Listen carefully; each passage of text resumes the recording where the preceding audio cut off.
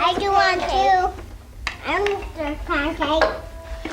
After the age of 2, as a child's mental abilities develop, early restriction on how much information he or she can get into one coherent statement are lifted.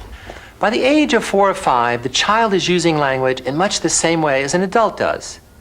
Its biggest task during these early years has been to discover the underlying regularities in the way adults use language, the rules of grammar and syntax. Dan Slobin is a psycholinguist at the University of California at Berkeley. Slobin has studied how all children acquire a system of grammatical rules on their own, without imitating the people around them. For the past 20 years or so, we've been sending teams of researchers out all over the world to jungles, cities, villages, recording speech of little children to see how it is that children begin to acquire their native languages. And we found by now that regardless of what kind of language it is, what kind of social setting the child is learning under, 2-year-olds are beginning to apply the grammatical structures of the languages that they hear. And where do you go to school? I go in art school. And what do you do at art school? I paint. For example, in English, we follow very strict word order. We always first talk about what we're going to do and then what we're going to do it to. So we say, give me a cookie, drink the milk, show me your hand. The first word is always the word about the action, the second word is the word about the object. Now that division between action and object words seems to be quite universal in languages, and children pick that up quite early. In English, they also quite early in their own 2-word speech pick up that word order pattern. So even if they're saying things that are quite short and simple, English children will say things like, I want cookie. They won't say cookie, I want.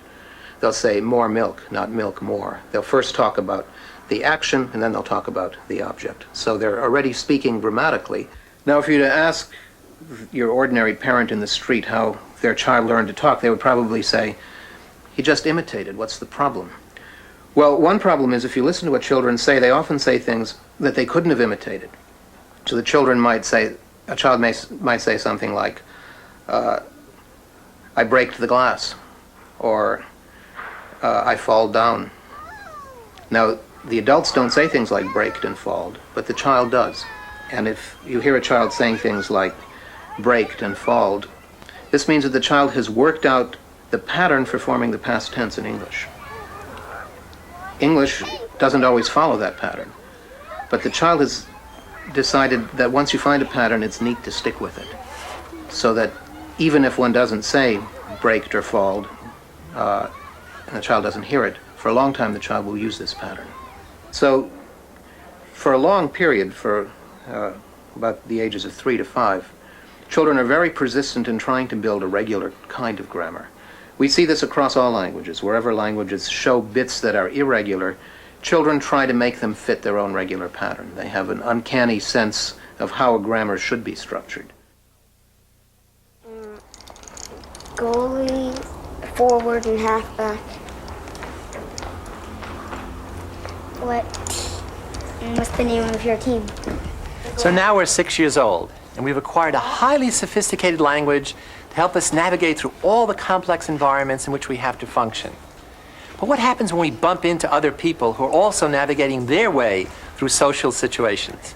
How do we coordinate our intentions with theirs to avoid conflicts and to gain the ends we both want? How do we learn the rules of conversation? I have a Judy sister. No, you don't. I have my cousin Joel and my cousins Gago.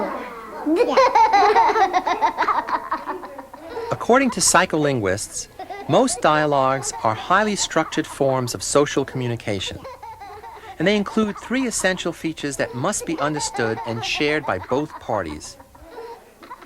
The first is opening conversations in ways that signal the willingness to converse. Hi. The second is understanding the unwritten rules for taking turns. And the third is closing conversations by mutual agreement. When these seemingly simple acts are not carried out properly, the result is confusion and even distress. duck going to a city? Parents teach their children the rules of dialogue in a number of ways. They engage them in conversations. They ask questions and seek replies. They teach them what to say after someone has said or done something, such as thank you or yes, please. Thank you. Thank you. Please, please, please. Please, please, Thank you, thank you, thank you. please.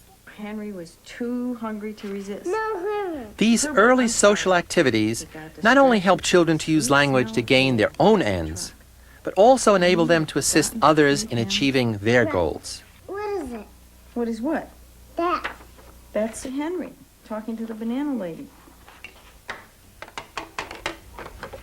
Hannah, your food's ready. Without a stable structure of social verbal interaction, they wouldn't be able to use language in ways that are conversationally correct.